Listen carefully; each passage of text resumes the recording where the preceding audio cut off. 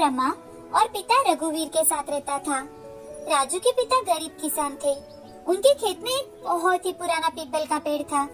उनके पास थोड़ी बहुत ही जमीन थी, जहाँ रघुवीर और रमा मेहनत कर अपना और अपने बेटे की जरूरत पूरी करने की कोशिश करते, क्योंकि उनके घर के हालात बहुत ही खराब थे, जिस कारण राजू स्कूल में भी नहीं जा पा रहा था। लेकिन फिर भी रघुनाथ ने उस पेड़ को बिना काटे बाकी की जमीन पर ही मेहनत करता, और राजू एक बड़ा ही समझदार और मेहनती लड़का था। अपनी 10 साल की उम्र में ही उसने अपने माँ पिता को खेतों में मदद करना शुरू कर दिया। वो कुछ देर अपने माँ पिता को मदद करता, और जैसे जैसे धूप बढ़ जाती तो वो पेड़ के नीचे छांव में आकर बैठकर खेलने लगता और देर देर तक पीपल के पेड़ से बातें करता। एक दिन राजू पेड़ से बात कर रहा था। राजू डरकर यहाँ वहाँ देखने लगता है। अरे राजू, तुम डर क्यों रहे हो? तुम तो मुझे अपना दोस्त मानते हो ना, हर रोज मुझसे बातें करते हो। क्या तुम सच में मेरे दोस्त बनोगे? हाँ जरूर, लेकिन मेरी एक शर्त है कि तुम ये बात किसी को नहीं बताओगे कि मैं तुम्हारा दोस्त हूँ और तुमसे बातें करता हूँ। क्यों? जिस दिन ये बात तुम किसी और को बताओगे, उसी दिन मैं यहाँ से चला जाऊंगा। नहीं दोस्त, मैं तुम्हें यहाँ से कहीं नहीं जाने दूंगा। मैं ये बात किसी को नहीं बताऊंगा। अब राजू और पेड़ दोनों पक्के दोस्त बन जाते हैं और हर रोज एक दूसरे से बातें करने लगे। एक दिन की बात है, राजू खेत में काम कर रहा था तो रमा और रघुनाथ पेड़ के नीचे पानी पीने आते हैं। तो राजू की माँ रघुनाथ से, देखिए ना, हमारा बेटा कितनी जल्दी बड़ा हो गया। खेलने कूदने की आयु में ही उसे कितनी समझ आ गई है। नहीं रमा, ये तो हमारी गलती है। हमारी परिस्थिति के कारण हमने राजू से उसका बचपन छीन लिया है। ये तो उसके पढ़ने लिखने के दिन हैं। लेकिन देखो, किस्मत ने हमसे तो पूरी जिंदगी मेहनत करवाई, अब हमारे बेटे के नसीब में भी। बोलते बोलते रघुनाथ और रमा की आंखें नम हो जाती है। पीपल का पेड़ ये हर रोज देखता था। रघुनाथ, रमा और राजू की परिस्थिति देख पीपल के पेड़ को भी उनकी दया आती थी। एक दिन राजू पीपल के पेड़ की ओर देखकर, मेरे माता पिता इतनी मेहनत करते हैं, लेकिन फिर भी हम इतने गरीब हैं। मुझे भी पढ़ना है, लिखना है। जब मेरे दोस्त स्कूल में जाते हैं तो मुझे भी लगता है कि मैं भी स्कूल जाऊं। तभी उसे हंसने की आवाज सुनाई देती है और पीपल का पेड़, जो सच्ची ईमानदारी से मेहनत करते हैं, भगवान तो उनकी परीक्षा लेते ही है। भगवान को तो मैंने नहीं देखा, क्या आपने देखा है? राजू की बातें सुनकर पेड़ हंसने लगा। राजू, भगवान हर जगह होते हैं। मुझ में भी भगवान है और तुम में भी भगवान है। भगवान हर जगह होते हैं। तो फिर भगवान जी सबको खुशी क्यों नहीं देते? राजू, मेहनत सबको करनी पड़ती है। हर इंसान को हर चीज आसानी से नहीं मिलती। लेकिन मेरे माता पिता तो बहुत मेहनत करते हैं, फिर भी हम गरीब क्यों हैं? अब राजू पेड़ से बातें करते करते वहीं पर सो जाता है। कुछ वक्त बीत जाने के बाद रमा पेड़ के नीचे पानी पीने के लिए आती है और देखती है तो वो जोर जोर से रघुनाथ को आवाज देने लगती है। सुनिए जी, जल्दी आइए, सुनिए, देखिए तो ये राजू के पास। रमा को घबराते बोलता देख रघुनाथ वहां पर भागते हुए आ जाता है। तो उसे भी अपनी आंखों पर विश्वास नहीं हो रहा था कि तभी राजू अपनी माँ की आवाज सुनकर उठ जाता है। तो वो देखता है कि उसके चारों ओर पीपल के सोने के पत्ते गिरे हुए हैं। ये देख राजू बहुत ज्यादा खुश हो जाता है और वो अपने पिताजी से, पिताजी, ये तो सोने के पत्ते हैं ना? रघुनाथ उन पत्तों में से एक पत्ता अपने हाथ में उठाता है और उस पत्ते को यहाँ वहाँ से देखने लगता है और अपने बेटे रघुनाथ से, अरे हाँ बेटा, ये तो सोने के पत्ते हैं। हमारे तो भाग ही खुल गए। अब रघुनाथ, रमा और राजू तीनों मिलकर पीपल के सोने के पत्ते उठाते हैं और घर चले जाते हैं। आज वो तीनों बड़े ही खुश थे तो आराम से सो जाते हैं। दूसरे दिन सुबह उठकर रघुनाथ उन पत्तों को शहर लेकर जाता है और उन पत्तों को सोनार के पास बेचकर कई सारे पैसे लेकर आता है। दूसरी ओर राजू खेत में जाता है और पीपल के पेड़ से, दोस्त, ये सब तुमने किया है ना? अब तुम्हारे कारण ही हमारी पूरी जिंदगी बदलने वाली है। राजू, मैंने जो किया वो सब तुम्हारी और तुम्हारे परिवार की मेहनत देखकर किया है। आज से तुम अपने स्कूल भी जा पाओगे, तुम्हारी हर एक समस्या हल हो जाएगी। लेकिन बेटा, एक बात हमेशा याद रखना, मेहनत करना कभी मत भूलना। अब रघुनाथ शहर से वापस आ जाता है और उन पैसों में से कुछ पैसों से वो अपने लिए कुछ जमीन खरीदता है, जिसमें वो और ज्यादा मेहनत कर सके और अपने बेटे को अच्छा भविष्य दे सके। अब सभी खुशी खुशी रहने लगे। इस कहानी से हमें ये सीख मिलती है कि सब्र का फल मीठा होता है। हमें हमेशा हताश ना होकर मेहनत करनी चाहिए। इगतपुरी नाम के शहर में मयंक अपनी पत्नी रेवा के साथ रहता था। बचपन से ही मयंक अनाथ था। वो लोगों के घर को कलर कराने का काम करता था और उसी में अपना और अपनी पत्नी का गुजारा किया करता था। उसकी आर्थिक स्थिति कुछ ज्यादा अच्छी नहीं थी, जिस कारण मयंक की पत्नी उससे हमेशा ही नाराज रहती थी। मयंक एक ईमानदार और बड़ा ही मेहनती इंसान था, साथ ही बड़ा दयालु इंसान था। अगर कोई उससे मदद मांगता तो वो कभी भी पीछे नहीं हटता था और ये बात रेवा को बिल्कुल पसंद नहीं थी। एक दिन हमेशा की तरह मयंक काम पर निकलता है। तभी रेवा मयंक से, अजी सुनते हो, घर में खाने के लिए कुछ भी नहीं है। काम से आते समय बाजार से कुछ सामान लेकर आना और आज 2 रोटी और चटनी ही दी है, वही समय पर खा लेना। अच्छा ठीक है, मैं आज ही कुछ पैसे एडवांस मांगता हूँ और लौटते समय कुछ सामान ले आऊंगा, ठीक है? हाँ, लेकिन याद से लाना, नहीं तो शाम को भूखे पेट ही सोना पड़ेगा। मयंक काम करने के लिए घर से निकल जाता है। अब वो अपना काम शुरू कर देता है। दोपहर के समय घर का मालिक उससे बात करने के लिए आ जाता है तो मयंक उससे, नमस्ते सर, आज मुझे कुछ पैसे चाहिए थे। अरे भाई, 2 दिन के पहले ही तो तुमने 2000 रुपए लिए थे। अब काम पूरा होने के बाद ही तुम्हें बाकी के पैसे मिलेंगे। सर, 500 रुपए तो दे दीजिए। नहीं नहीं, अब सारा काम खत्म होने के बाद ही पैसे मिलेंगे। ठीक है, जैसा आपको सही लगे। काम करते करते दोपहर हो चुकी थी। अब मयंक रोटी खाने के लिए घर से थोड़ी ही दूर पर एक पेड़ के नीचे जाकर बैठ जाता है और वो सोचने लगता है। तभी मन ही मन, अब अगर मैं शाम के समय कुछ सामान लेकर नहीं गया तो रेवा तो आज बहुत बड़ा बवाल कर देगी। लेकिन आखिर उसका भी सही है, भूखे पेट सोना बड़ा मुश्किल हो जाता है। लेकिन अब मैं क्या करूं? हाँ, मैं एक काम करता हूँ, ये रोटी ऐसे ही रख देता हूँ ताकि रेवा रात के समय पेट भर तो खाना खा सके। कल का कल देख लेंगे। उसे झूठ बोल दूंगा कि मैंने बाहर ही कुछ खा लिया था। मयंक सोच ही रहा था कि तभी वहाँ पर एक साधु आ जाते हैं और साधु मयंक से, बेटे, मैं 2 दिन से भूखा हूँ, मुझे बहुत भूख लगी है, क्या तुम मुझे कुछ खाने को दे सकते हो? साधु के ऐसे कहते ही मयंक को उन पर दया आ जाती है और वो बिना कुछ सोचे ही उन्हें अपने हिस्से की रोटी दे देता है। ये लो बाबा, मेरे पास ये रोटी और चटनी है, आप यही बैठकर खा लीजिए। साधु खाना खाने के लिए वहीं पर बैठ जाते हैं। खाना खाकर साधु मयंक से, बेटा, तुम क्या काम करते हो?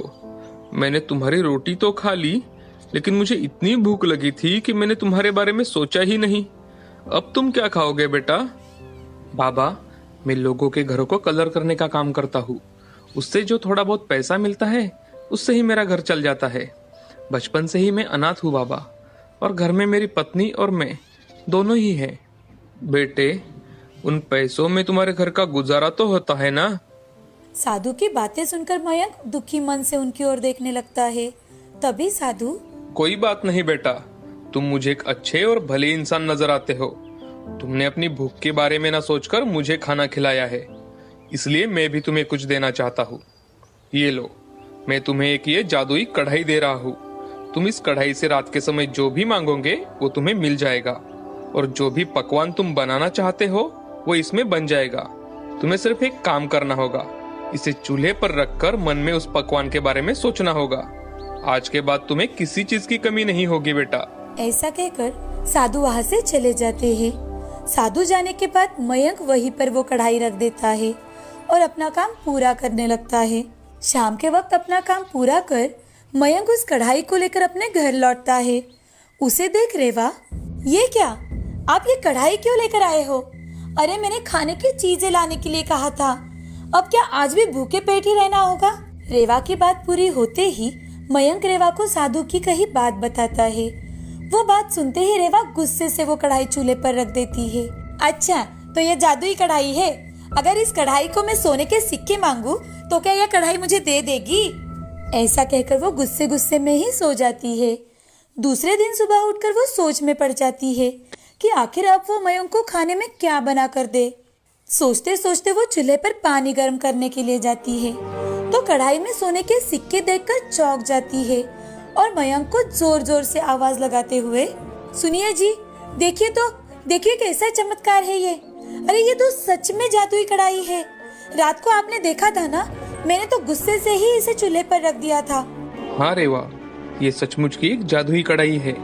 हम इस कढ़ाई की सहायता से हमारे जैसे बहुत से अनाथ लोगों की सेवा कर सकते हैं। मुझे लगता है अनाथ होने के कारण हमने जो दिन बचपन में देखे हैं वो कोई ना देखे। हाँ ठीक है, लेकिन सबसे पहले हम पेट भर खाना और रहने के लिए एक अच्छा सा घर बनाएंगे और उसके बाद सब लोगों की मदद करेंगे। अब मयंक और रेवा जादुई कढ़ाई से पेट भर खाना और रहने के लिए एक साधारण सा घर मांगते हैं, क्योंकि भूख और झोपड़ी में ना सही जाने वाली ठंड, गर्मी और बारिश सब कुछ उन दोनों ने सहा था। अब वो बिना लालच के अनाथ बच्चों की सेवा करते हैं। उन्हें रहने के लिए अच्छा घर, कपड़े, पढ़ाई करने के लिए किताबें और पेट भर कर खाना देते हैं और मेहनत भी करते हैं ताकि उनके मन में कभी भी आलस या फिर लालच ना आ पाए। उसी से उन दोनों को बहुत खुशी मिलती है। अब मयंक और रेवा की जिंदगी में किसी चीज की कोई कमी नहीं थी। वो दोनों खुशी से अपनी जिंदगी जी रहे थे। अब उन्हें अनाथ बच्चों के रूप में कई सारे बच्चे मिल चुके थे जो इन दोनों को माता पिता कहते थे। दोस्तों, हमें इस कहानी से ये सीख मिलती है कि जिंदगी में हमारे साथ कोई चमत्कार हो या ना हो, हमारे पास पैसा हो या ना हो, हमें हमारा कार्य करते ही रहना चाहिए। दूसरी बात ये है कि हमारे पास पैसे आने के बाद भी हमें हमारा कार्य करना चाहिए। एक समय की बात है, आनंद सागर नाम का एक बहुत ही सुंदर गांव था। उस गांव में विक्रम नाम का एक बहुत ही मेहनती किसान रहता था। विक्रम के पास 2 बैल थे। विक्रम हर रोज सुबह जल्दी उठकर अपने खेत पर जाता और पूरे दिन भर कड़ी मेहनत करता था। वो अपने खेत की जुताई करता। जुताई का काम पूरा हो जाने के बाद कुएं से पानी निकालकर खेत की सिंचाई करता। खेती के इन सभी कामों में विक्रम की पत्नी भी उसकी मदद करती। इस साल विक्रम ने अपने खेत में तरबूज की फसल लगाई थी और जितनी विक्रम ने इस साल मेहनत की थी उसकी फसल भी इस साल उतनी ही अच्छी आई थी। तरबूज बड़े बड़े हो जाने के बाद विक्रम सारे तरबूजों को इकट्ठा करता है और बैलगाड़ी में भरकर उन्हें बेचने के लिए मंडी लेकर जाता है।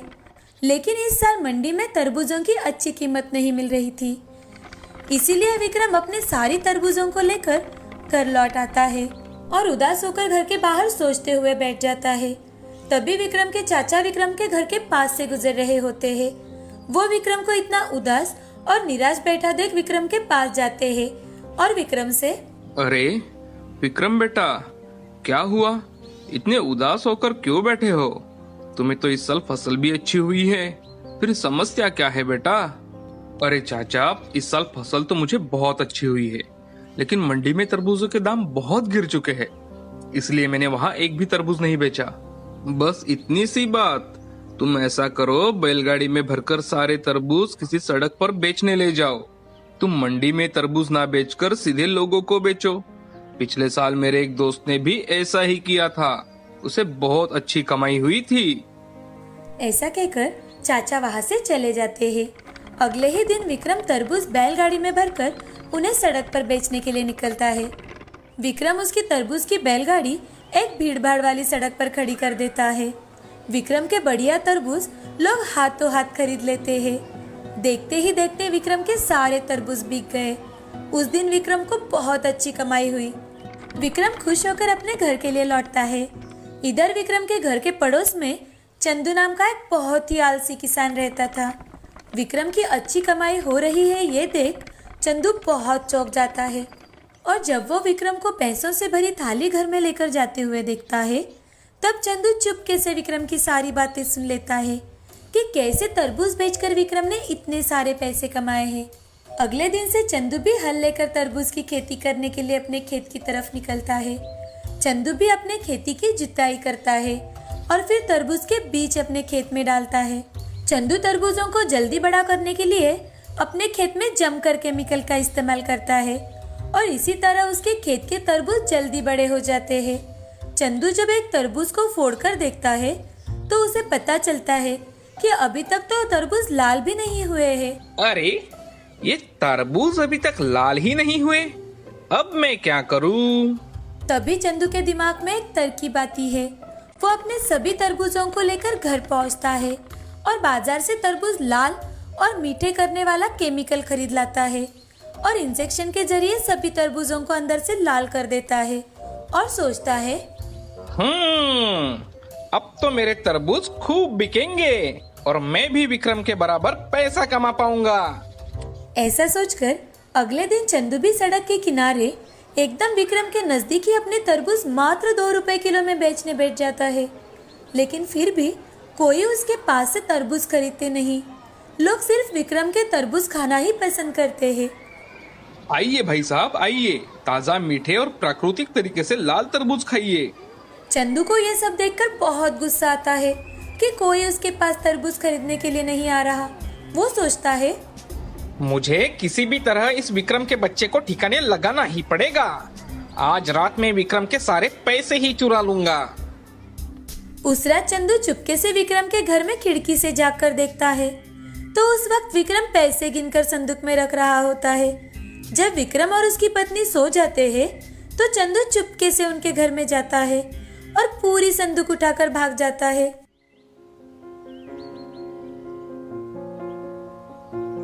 अरे विक्रम, क्या हो गया? इतना दुखी होकर क्यों बैठे हो भाई? अब क्या बताऊं भाई साहब, कल रात को कोई मेरे घर से पैसे चुरा कर भाग गया। मैंने पैसे संदूक में रखे थे, कोई पूरी संदूक ही उठा कर ले गया। मैं तो बर्बाद हो गया, अब मैं क्या करूंगा? थोड़ा ध्यान रखा करो विक्रम, अब जो हुआ सो हुआ। अब अपने खेत पर जाओ और दोबारा काम में जुट जाओ, ईश्वर तुम्हारी जरूर मदद करेगा। बेचारा विक्रम निराश और हताश होकर अपने खेत की तरफ जाता है। जब विक्रम अपने खेत में आ पहुंचता है तब उसे बहुत ही बड़ा और चमकीला तरबूज दिखाई देता है। इतने बड़े तरबूज को देखकर विक्रम चौंक जाता है। तभी वहां एक देवी प्रकट होती है और विक्रम से, विक्रम, ये एक जादुई टंकी है। मैंने देखा है कि तुम अपनी फसल उगाने के लिए बहुत मेहनत करते हो। मेरी तरफ से ये तुम्हारे लिए एक इनाम है। ये लो, ये एक जादुई छड़ी है। जब भी तुम इस छड़ी को टंकी पर 3 बार मारोगे तो ये टंकी जूस से भर जाएगी। और एक बात हमेशा याद रखना, टंकी भरने के बाद इसे एक काले कपड़े से ढक देना, तभी इसका जूस बनना बंद हो जाएगा, वरना ये बढ़ता ही रहेगा। इस टंकी का जूस बेचकर तुम बहुत सारा धन कमा सकते हो और उस धन से तुम हमेशा गरीब लोगों की मदद करते रहना। ऐसा कहकर देवी अदृश्य हो जाती है। विक्रम उस टंकी को उठाकर अपने घर पर आता है और अपनी पत्नी को सारी बात बताता है। अरे भाग्यवान, तुम्हें पता है देवी माँ ने मेरे मेहनत के इनाम के लिए मुझे ये जादुई टंकी दी है। ये टंकी जूस देती है, जूस। जैसे ही इस छड़ी को इस टंकी पर 3 बार मारा तो ये टंकी जूस से भर जाती है। विक्रम अपने पत्नी को सब कुछ करके दिखाता है और उस पर एक काला कपड़ा डालकर उसे रख देता है। अगले दिन से विक्रम लोगों को तरबूज का जूस पिलाने का काम करता है। और लीजिए भाई साहब, तरबूज का जूस सेहत के लिए बहुत फायदेमंद होता है। जल्द ही विक्रम के पास तरबूज का जूस पीने वालों की भीड़ लगने लगती है। जादुई टंकी से विक्रम की खूब कमाई होती थी। विक्रम अब बहुत ही जल्दी अपने लिए एक बड़ा घर बना लेता है।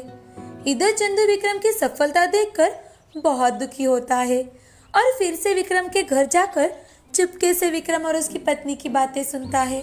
भाग्यवान, जादुई टंकी की मदद से हम इतने अमीर हो पाए हैं। अगर ये टंकी हमें नहीं मिलती तो आज भी हम गरीब ही रहते थे। इधर चंदू चुपकर विक्रम की सारी बातें सुन लेता है। जब रात हो जाती है तो राघव जादुई टंकी चुराने की सोचता है। अगर मैं इस विक्रम की जादुई टंकी को चुरा लूं तो मैं भी बहुत अमीर बन जाऊंगा। हाँ, और इस टंकी को लेकर मैं यहाँ से बहुत दूर किसी गांव में चला जाऊंगा ताकि मेरा पता किसी को ना चले। चंदू आहिस्ता आहिस्ता चोरी छुपे विक्रम के घर में घुस जाता है और विक्रम की जादुई टंकी और छड़ी लेकर भाग जाता है। टंकी को किसी दूर गांव में ले जाने के लिए चंदू टंकी को नाव में रख लेता है। और नाव से नदी पार करने लगता है। तभी उसके मन में ख्याल आता है, अब मैं भी इस जादुई टंकी का थोड़ा सा जूस टेस्ट ही कर लेता हूँ।